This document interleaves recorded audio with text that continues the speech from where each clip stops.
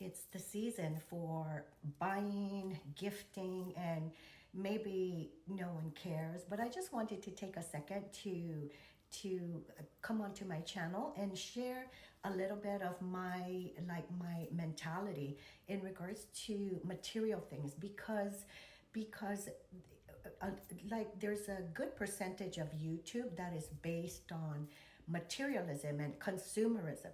So, and there's nothing wrong with that. Like I'm a consumerism, but my consumerism is I do not buy expensive products. It doesn't mean that the products I'm buying are of lesser quality.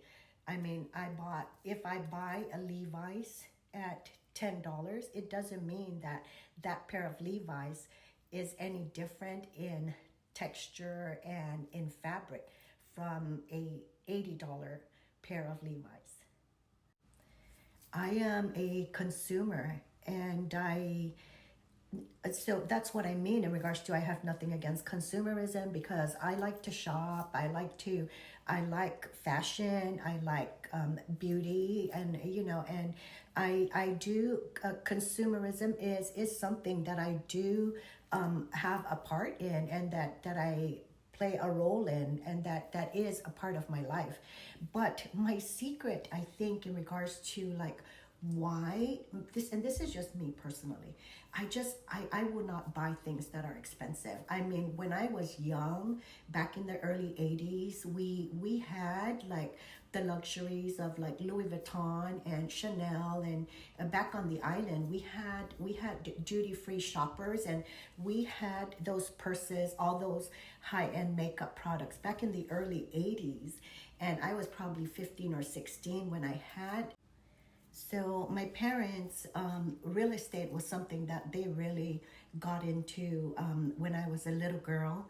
When I was, I think, like around 5 or 6 years old, my parents built a house, and I remember we lived in a wooden house, and my parents built a concrete structure, and they let someone else live in it. They leased it out, they rented it out, and I remember being 5 or 6 years old and thinking like, this doesn't make sense. Why do we not live in that nicer home? Why are we living in this wooden house and someone else is living in that concrete brand new house? And it never dawned on me back then when I was 5 or 6 years old.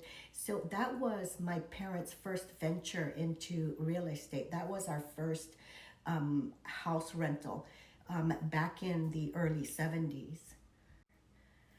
This is just one of our buildings. We have numerous properties and houses built on those properties.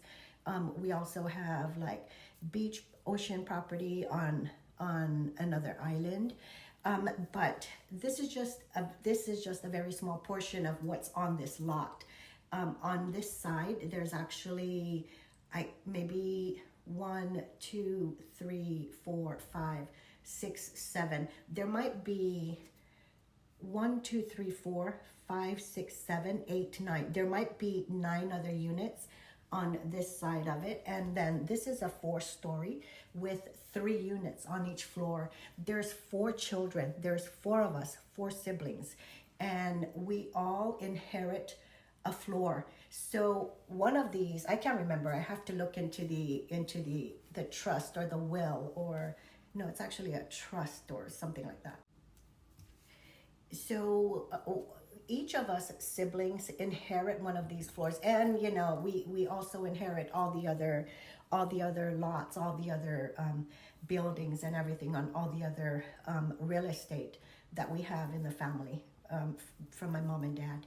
So I get a floor, and there's 3 apartment units. These are 2 bedrooms and 1 bath.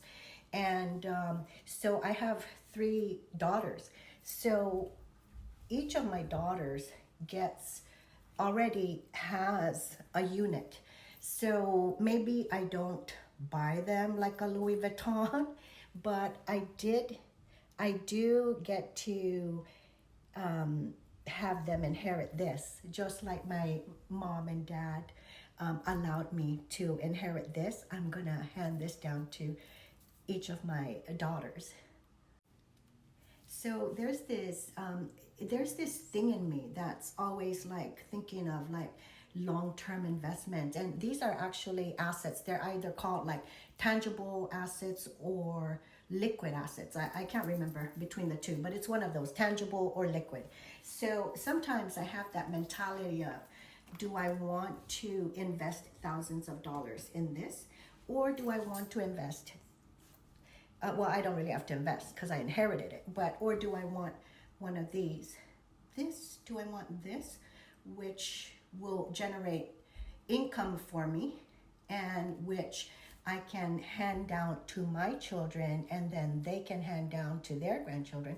Or do I want to spend thousands on this? And that's I think that's the thing that boggles me, and it's none of my business. None of my business. But